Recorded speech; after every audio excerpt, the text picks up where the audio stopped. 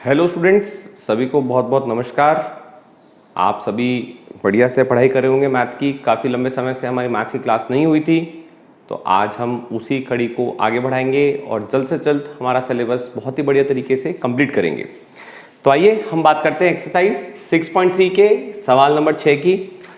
हमारे कुछ स्टूडेंट्स ने ये सवाल पूछे थे, कुछ डाउट्स उन्होंने रेज किए थे, तो उन्हीं डाउट्स को क्लियर करने के लिए आज हमने यहाँ पे एक्सरसाइज जो लाइंस एंड एंगल्स हैं उसकी एक्सरसाइज 6.3 के हम 2 से 3 सवाल आपके सामने लेंगे। आपको बताएंगे कि किस तरह से आपको इन सवालों का सॉल्यूशन निकालना है। देखिए, सबसे इंपॉर्टेंट हमारा टारगेट होता है कि हम सवालों को कर लें, सही तरीके से उनको हल कर लें और किसी प्रकार की समस्या हमारे सवालों के अंदर हमें दिखे ना। आइए तो हम आपको सवाल सॉल्व करने का तरीका दिखाएंगे। यहाँ पे किस तरह से सवाल सॉल्व किए जाते हैं। सवाल है इन द फिगर 6.44, फिगर ये रहा हमारा, साथ में दे रखा है आपको। जो साइड क्यू आर है, ट्राइंगल पी क्यू आर की ये साइड क्यू आर है, इसको बढ़ाया हमने एस तक। ठीक है, हमने फिगर में देखा, बात सही बोली है इसने, पहली लाइन हमारी क्लियर हो गई। जब आप सवाल करते हैं तो आप अंडरलाइन करा करीजिए। देखिए फिगर, ये हमारा फिगर है, बात सही है। Side Q R of triangle P Q R is produce two point S. This is side Q R, it is produce till point S. बात सही है, सही बोल रहा है, समझ में आ गई हमें बात, हमने कंफर्म भी कर लिया।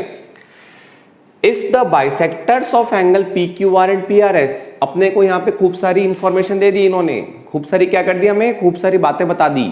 हमें क्या कर दिया, हमें इतनी सारी इंपॉर्टेंट बातें बता दी कि भाई पी क्यू आर और पी आर एस के दो एंगल बाइसेक्टर हैं। कौन से हैं? पी क्यू आर का एंगल बाइसेक्टर हो गया क्यू टी और पी आर एस का एंगल बाइसेक्टर हो गया आर टी। तो मतलब एंगल 3 बराबर एंगल 4। क्यों? क्योंकि Q T is bisector of angle P Q R. And angle 1 बराबर एंगल 2। क्यों? क्योंकि R T is angle bisector of angle P R S. ये हमें बात बता दी। ये दोनों एंगल बाइसेक्टर कहां मिल रहे हैं? ये इनका मिलन हो रहा है पॉइंट टी पे। तो हमें प्रूव करना है एंगल क्यू टी आर बराबर half of angle Q P R. हमें प्रूव करना है क्यू टी आर बराबर half of angle Q P R. तो हमने इसका नाम दे दिया अल्फा, इसका नाम दे दिया बीटा। भाई नामकरण करना बहुत जरूरी है ताकि हम कंफ्यूज ना हो। लिखते लिखते क्यू टी आर को हम कुछ और लिख देंगे, क्यू एस आर लिख देंगे, ठीक है, क्यू आर एस लिख देंगे, कुछ भी लिख सकते हैं हम लोग। तो आप हमेशा चीजों को सिंप्लीफाई करें, उसको छोटा बनाएं, उसको आसान बनाएं। तो आसान बनाने के लिए हमने क्या किया है, हमने इन एंगल्स के नाम दे दिए। इसका नाम दे दिया अल्फा, इसका नाम दे दिया बीटा। हमें प्रूव करना है अल्फा बराबर 1/2 बीटा। ठीक है भाई। अब हमने एक्सरसाइज 6.3 में दो थ्योरम्स पढ़ी थी।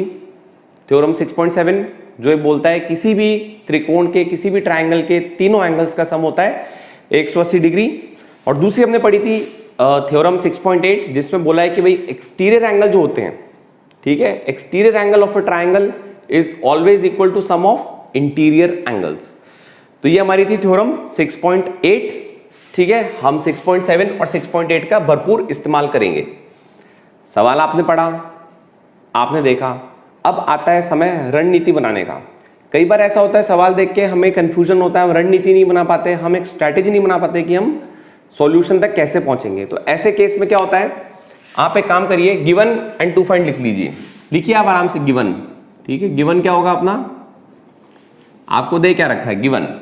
गिवन हमें दे रखा है एंगल 3 बराबर एंगल 4। ठीक है, और क्या दे रखा है, एंगल 1 बराबर एंगल 2। क्यों? क्यू टी जो है, Q T bisects angle P Q R, और दूसरी बात क्या दे रखी है, R T bisects angle P R S. ठीक है, ये दोनों बातें हमें दे रखी है, ये गिवन है। और ये दोनों बाइसेक्टर कहां मिलते हैं, जाके पॉइंट टी पे मिलते हैं। समझ गए? क्लियर है बात? तो अब हमें बात करनी है अल्फा बराबर 1/2 बीटा। हमें एक इस ट्राइंगल के अंदर घुसना है और एक इस ट्राइंगल के अंदर घुसना है। तो आपको एक बात समझ में आ रही है, अगर आप रणनीति में ध्यान से देखेंगे तो पी क्यू आर ये एक ट्राइंगल है। ठीक है, ये इसका, ये देखिए यहां पे आपको दिखा देता हूं मैं, ये देखिए पी क्यू आर आपको दिख रहा है, ये है पी, ये है क्यू, ये है आर। इसको अपन ने एंगल बीटा बोला है, सॉरी, इसको अपन ने एंगल बोला है बीटा, ये हमारा एंगल बीटा। क्या ये एक्सटर्नल एंगल है इसका? हाँ साहब एक्सटर्नल एंगल है, मान लिया। हाँ मान लिया। ये क्या है? ये angle 1 plus angle 2, angle 1 plus angle 2 का मिलाप है, ठीक है।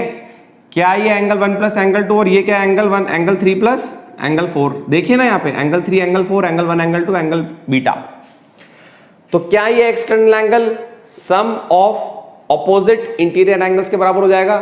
थ्योरम 6.8 से क्या हम लिख सकते हैं भाई? हमें प्रूव क्या करना है? टू प्रूव तो आपको पता ही है, टू प्रूव दैट अल्फा बराबर 1/2 बीटा। सॉल्यूशन पे आओ, सॉल्यूशन, ठीक है। क्या हम लिख सकते हैं? एंगल 1 प्लस एंगल 2 बराबर beta plus angle 3 plus angle 4। कैसे? थ्योरम नंबर 6.8 से। क्या होती है थ्योरम नंबर 6.8? किसी भी ट्रायंगल का एक्सटीरियर एंगल उसके इंटीरियर ऑपोजिट एंगल्स के सम के बराबर होता है। दिस इज द थ्योरम, ठीक है। तो इसका क्या मतलब हुआ? आप वापस लिखो इसको, ठीक है। इसका मतलब ये हुआ कि 2 टाइम्स एंगल 1 बराबर बीटा प्लस 2 टाइम्स एंगल 3, ठीक है। ये हमने लिख लिया, ये इंफॉर्मेशन हमारे पास आ गई, ठीक है। इसको हमने क्या करा? इक्वेशन नंबर 1 बोल दिया। तो हमारे पास बीटा आ गया। यहाँ पे भाई हमारा गोल क्या है, हमारा टारगेट क्या है सवाल के अंदर? हमें अल्फा और बीटा को किन्हीं 2 इक्वेशंस में लाना है और उन इक्वेशंस को आपस में भिड़ाना है, ठीक है। तो भाई बीटा में दिख रहा है यहाँ पे, एक इक्वेशन में बीटा आ गया, एंगल 1 एंगल 3, ठीक है। भाई ये ट्वाइस कैसे हुआ एंगल 1? भाई एंगल 1 बराबर एंगल 2, और ट्वाइस एंगल 3 कैसे हुआ? एंगल 3 बराबर एंगल 4, ठीक है। ये हमारी बन गई इक्वेशन नंबर 1। ये किस में हुआ? In triangle PQR। अब हम बात करेंगे इन ट्रायंगल QT और R, ठीक है। QTR में हम क्या बोलेंगे? QTR में आपका हो जाएगा एंगल नंबर, ये देखो ये QT और R, इसमें क्या हो जाएगा? ये एक्सटर्नल एंगल हो गया, एंगल 2 इज एक्सटर्नल। देखो ऐसे देखो, यहां पे देख लो, ठीक है। ये हमारा क्या हो गया? दिस इज हमारा QT and R, this is T, this is Q and this is R and this is S, ठीक है। This is angle number 2, this is angle number alpha, this is angle number 4। तो आप क्या बोलेंगे यहाँ पे? Angle 2 बराबर alpha plus angle 4। समझ गए? क्यों? किसी भी ट्रायंगल का एक्सटीरियर एंगल है उसके सम ऑफ इंटीरियर ऑपोजिट एंगल्स के बराबर होता है। तो एंगल 2 बराबर alpha plus angle number 4। This is equation number 2। समझ गए? हाँ भाई, बात आपको समझ में आ रही है। बहुत आसान हो गया, सवाल ही आसान हो गया। ये सवाल क्या हो गया? बहुत ही आसान हो गया। पूछिए कैसे? एक काम करिए, इसमें थोड़ा बदलाव करूंगा मैं। ये एंगल ट्वाइस ऑफ एंगल 1 है ना, इसको हम क्या लिख सकते हैं? Twice of angle 2। क्यों? एंगल 1 बराबर एंगल 2, तो भाई एंगल 1 की जगह एंगल 2 लिख दूं या 2 की जगह 1 लिख दूं? एक ही बात है। Beta plus twice of angle 3 की जगह क्या लिख दूं? 4 लिख दूं? भाई अपन को ऐसे रट्टा थोड़ी था अपन ने पहले, तो ये हमारी क्या इक्वेशन 1 ही हो गई। समझ रहे हो भाई? 1 और 2 जब बराबर है और 3 और 4 जब बराबर है तो हम कुछ भी लिखें, क्या फर्क पड़ता है? Got the point? तो ये हमारी बन गई इक्वेशन नंबर 1। इसमें कोई कंफ्यूजन है किसी को? भाई जब एंगल 3 बराबर एंगल 4 है तो हमने यहाँ 3 और 4 को एक साथ क्लब करके ट्वाइस ऑफ एंगल 3 लिख दिया, किंतु 3 और 4 सेम है तो हम ट्वाइस ऑफ एंगल 4 लिख सकते हैं। सिंपल बात। यहाँ एंगल 1 बराबर एंगल 2 है तो यहाँ हमने ट्वाइस ऑफ एंगल 1 लिखा था, उसकी जगह हम ट्वाइस ऑफ एंगल 2 लिख सकते हैं, एक ही बात है। तो अब आप इन 2 इक्वेशंस को, सारे के सारे समझदार बच्चों, इन 2 इक्वेशंस को आप ध्यान से देखो। दिख रही है आपको इक्वेशंस? क्या आपको ये दोनों इक्वेशन दिख रही हैं? 2 टाइम्स एंगल 2 बराबर बीटा प्लस 2 टाइम्स एंगल 4 और एंगल 2 बराबर अल्फा प्लस एंगल 4। तो क्या मैं इक्वेशन 2 को मल्टीप्लाई बाय 2 कर दूं दोनों साइड में,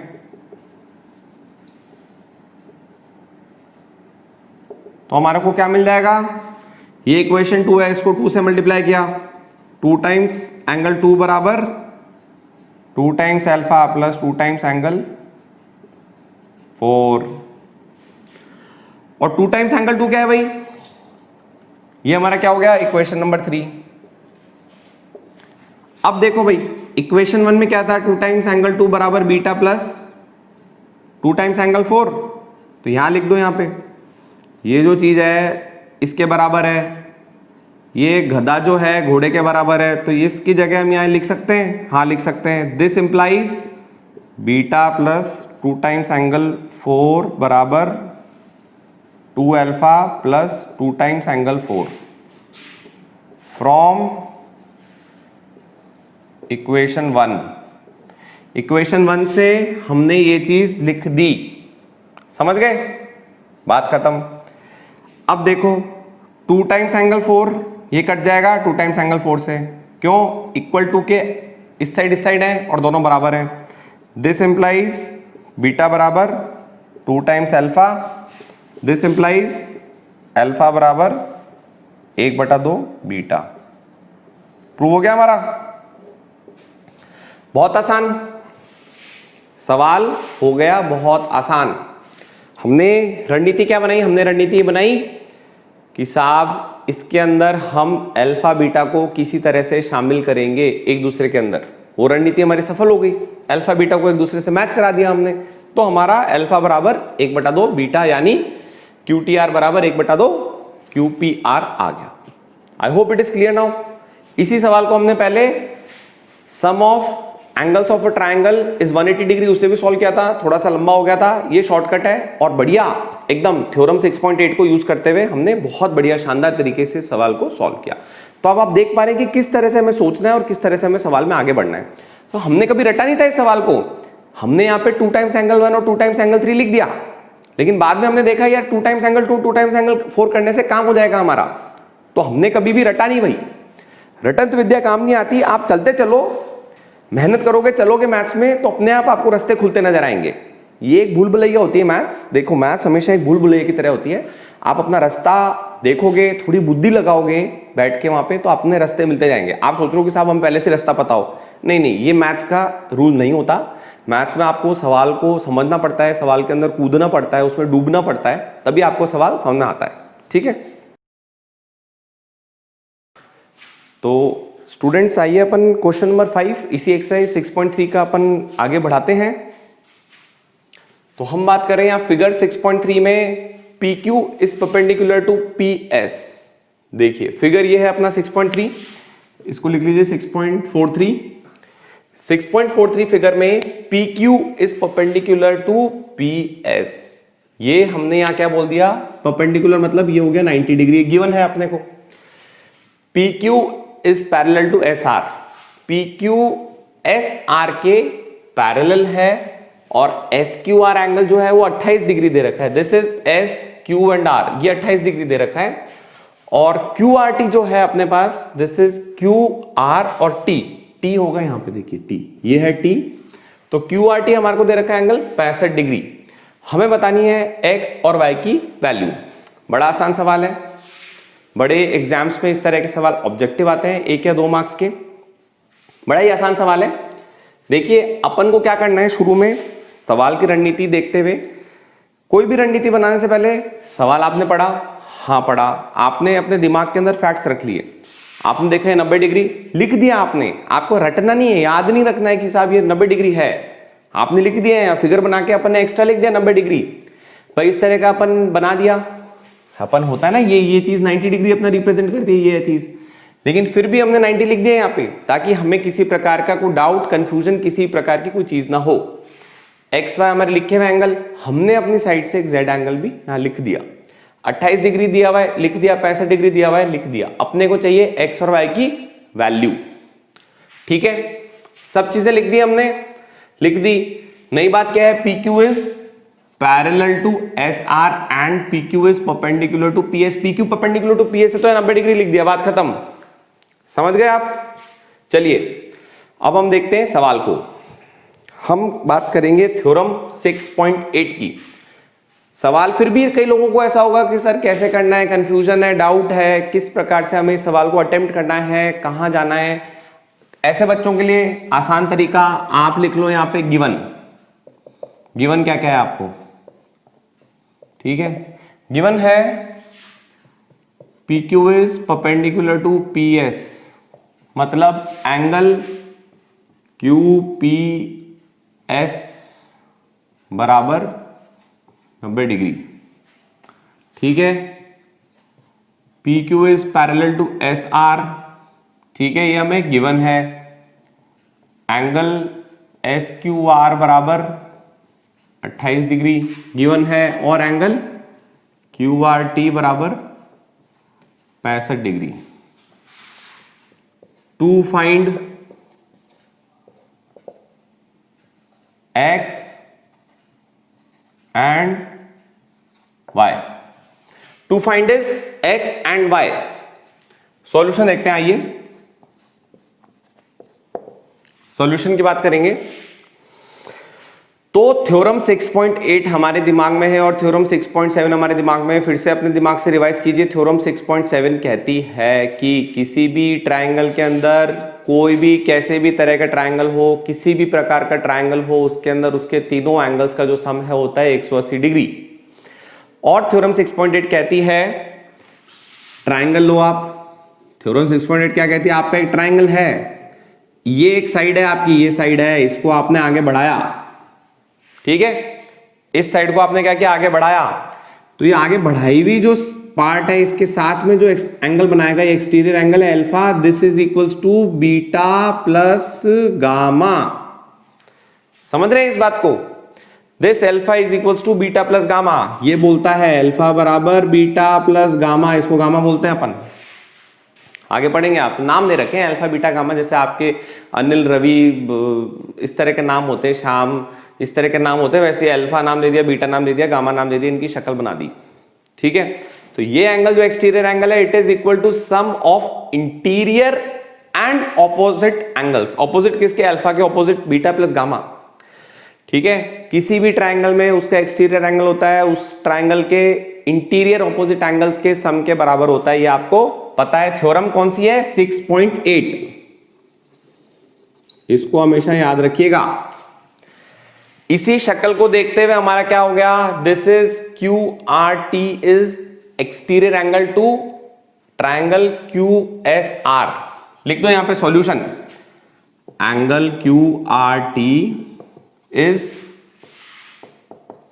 exterior angle in triangle QSR। कहानी आ गई? हाँ साहब आ गई। इसका मतलब क्या हुआ? दिस इंप्लाइज दैट, इस साइन का मतलब होता है this implies that angle QRT बराबर Z प्लस 28 डिग्री, और QRT कितना है अपना? 65 डिग्री है। 65 डिग्री बराबर Z plus 28 degree. This implies Z बराबर 28 को उधर ले जाओ, Z बराबर 65 डिग्री माइनस 28 डिग्री। 65 में से 20 गए, कितने हुए? 45, और 8 गए तो 37। तो ये कितना हो गया? 37 डिग्री। तो Z एंगल कितना हो गया? 37 डिग्री हो गया भैया। ये क्या हो गया? Z बराबर 37 डिग्री। लिख लो यहां पे, हमेशा फिगर में लिख लेना, आती है आपके Z बराबर 37। अब क्या हो जाएगा? आंसर अपना आसान हो जाएगा सॉल्व करना। पूछो कैसे, अब बताते हैं आपको। अब देखो भाई, अब आपको क्या बता रखा है, ये PQ is parallel to SR। PQ parallel to SR होता है तो दिस एंगल बराबर दिस एंगल, कौन सा? ये एंगल इस एंगल के बराबर हो जाएगा। क्यों? क्योंकि they are interior alternate angles. So since, लिख लो यहां पे, since PQ is parallel to SR, this implies that X बराबर Z। क्यों? Interior alternate angles. चूंकि z क्या था हमारा, ये इक्वेशन 1 लिख दो, क्योंकि z 37 डिग्री था, दिस इंप्लाइज x बराबर z बराबर 37 डिग्री, 37 डिग्री। आ गया आपका भाई, आगे नहीं आ गया? ठीक है, तो हमारा x बराबर 37 डिग्री आ गया भाई, यहां लिख दो x बराबर 37 डिग्री। अब थ्योरम 6.7 की बात करेंगे। थ्योरम 6.7 क्या बोलती है, किसी भी ट्राइंगल में तीनों एंगल का सम क्या होता है, 180 डिग्री। तो P Q S is a triangle, तीनों एंगल का सम क्या है, 180 degree. So in triangle P Q S angle X plus angle Y plus angle QPS बराबर 180 डिग्री।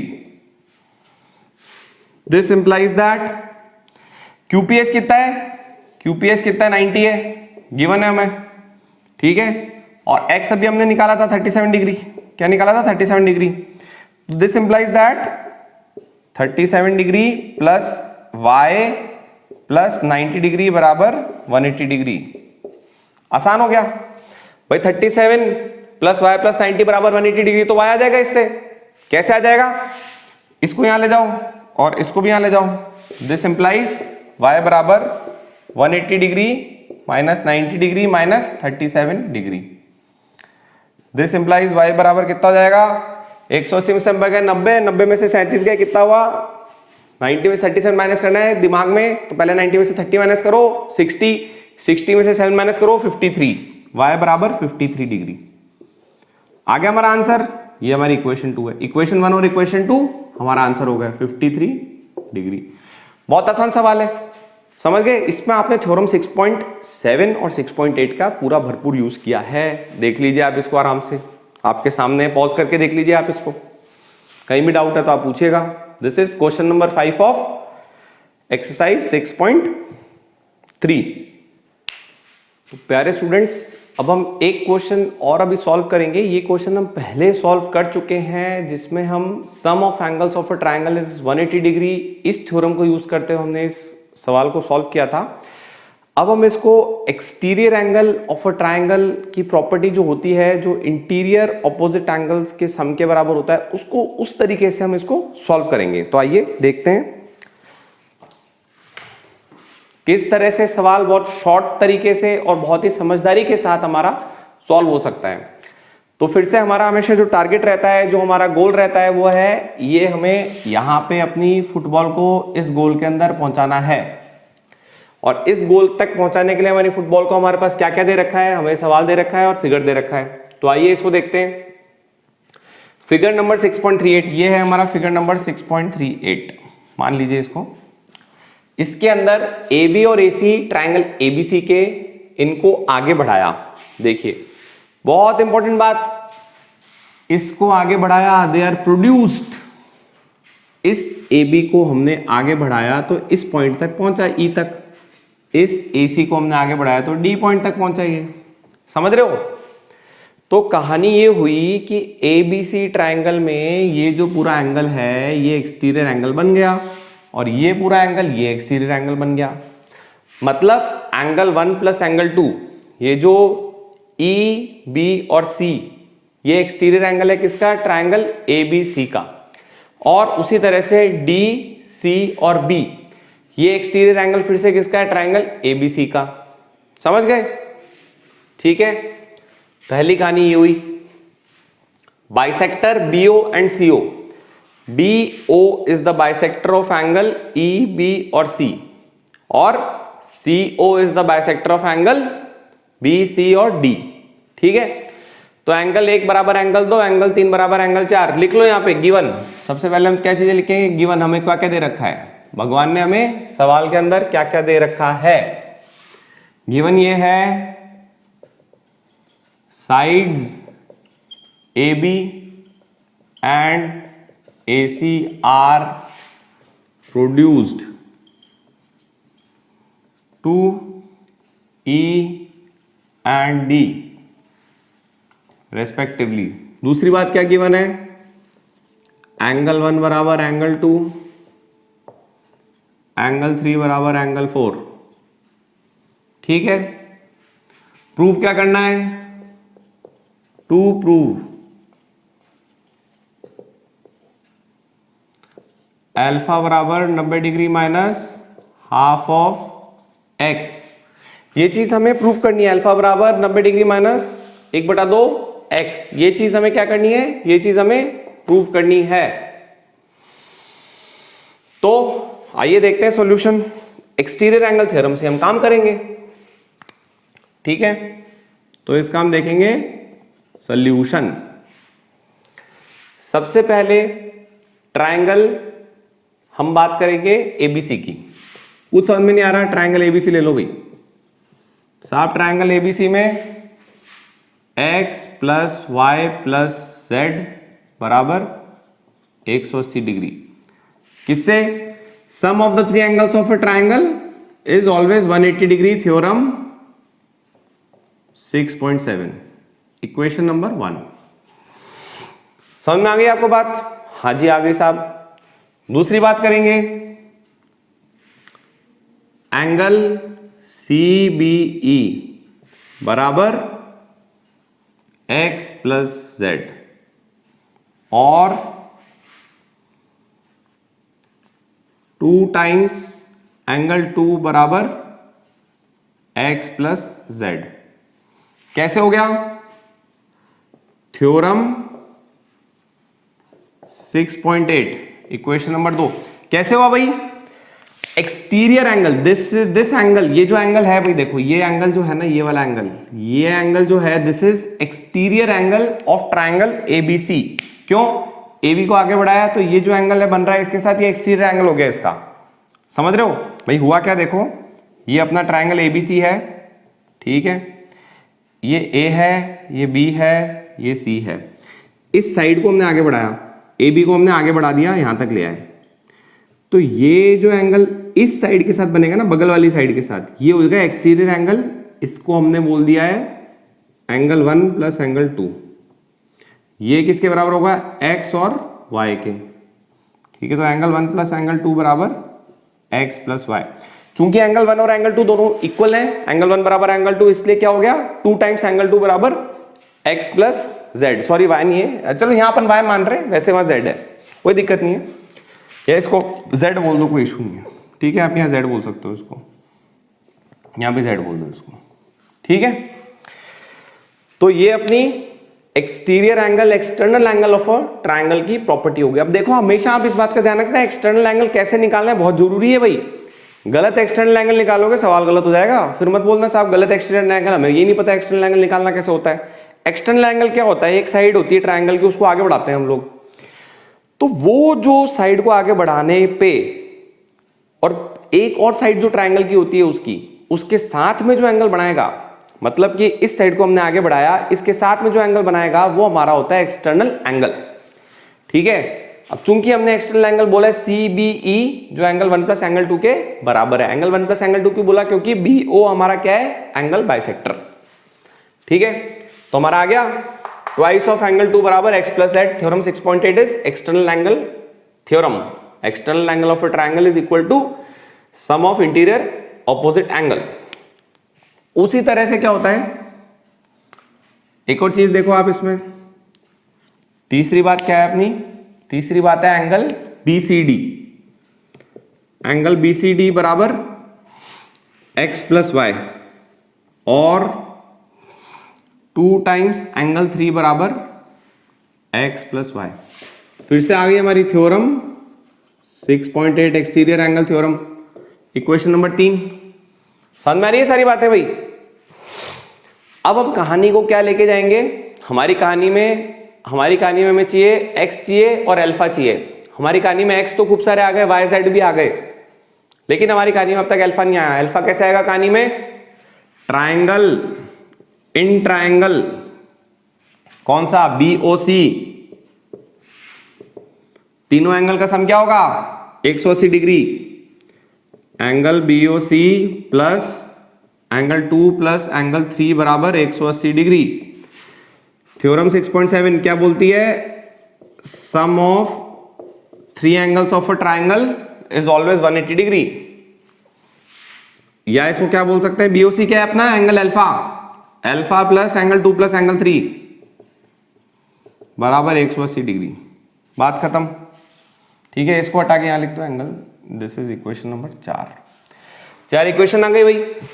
बहुत आसान बात हो गई, बहुत ही समझदारी वाली बात हो गई साहब। ठीक है, अब कहानी के अंदर ये देखो कि तुम्हारे पास एंगल 2 प्लस एंगल 3 है, यहाँ पे एंगल 2 प्लस एंगल 3 है, यहाँ पे x plus Y plus Z है, x प्लस वाई है, यहाँ पे तुम्हें सब दे रखा है। काम हमारा सब आ गया, एंगल 2 एंगल 3 और y और z को उड़ा देंगे, x और अल्फा में रिलेशनशिप आ जाएगी। तो हमें क्या करना है, हमें ये करना है कि एंगल 2 को क्या लिखोगे आप बताओ। एक काम करो, ये भी मत लिखो, इसको 2 से मल्टीप्लाई कर दो। इक्वेशन नंबर 4 को आप क्या करो, 2 से मल्टीप्लाई कर दो। Multiplying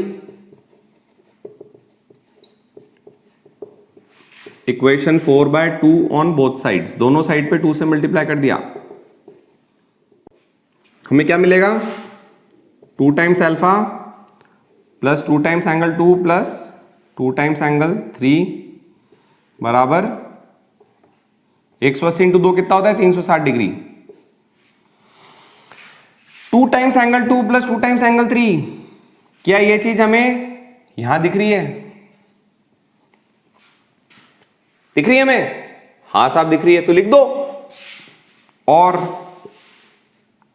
2 times alpha plus 2 times angle 2 कितना हो गया, x प्लस जेड।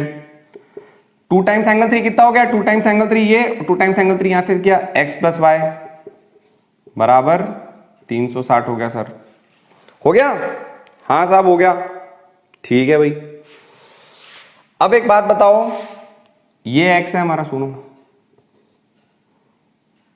क्या ये चीज लिखी है, 2 times alpha plus X plus Y plus Z बराबर 360 degree.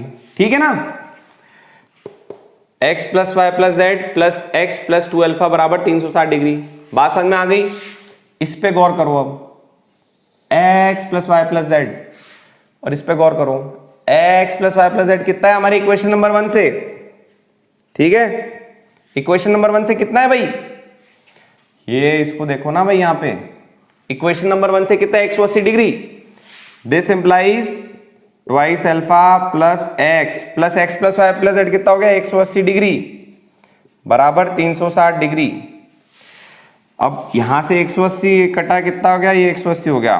This implies 2 alpha plus x बराबर 180 डिग्री। ठीक है, हमें कहां पहुंचाना है, अल्फा बराबर 90 minus 1/2 x. This implies 2 alpha बराबर 180 डिग्री माइनस एक्स। 2 से डिवाइड कर दो साहब, इसको कर देते हैं। 2 से डिवाइड किया तो अल्फा बराबर 180/2 मतलब 90 डिग्री माइनस 1/2 एक्स। हमें प्रूव क्या करना था, ये प्रूव करना था। समझ गए आप लोग? देख लो इसको ध्यान से, एक्सटीरियर एंगल प्रॉपर्टी से हमने पूरा समझा दिया आपको। देख लो, यही हमारे डाउट किसी एक स्टूडेंट को आया था, तो आप इस तरह से इसको सॉल्व करेंगे, बढ़िया तरीके से आपको सारी चीजें क्लियर हो जाएंगी।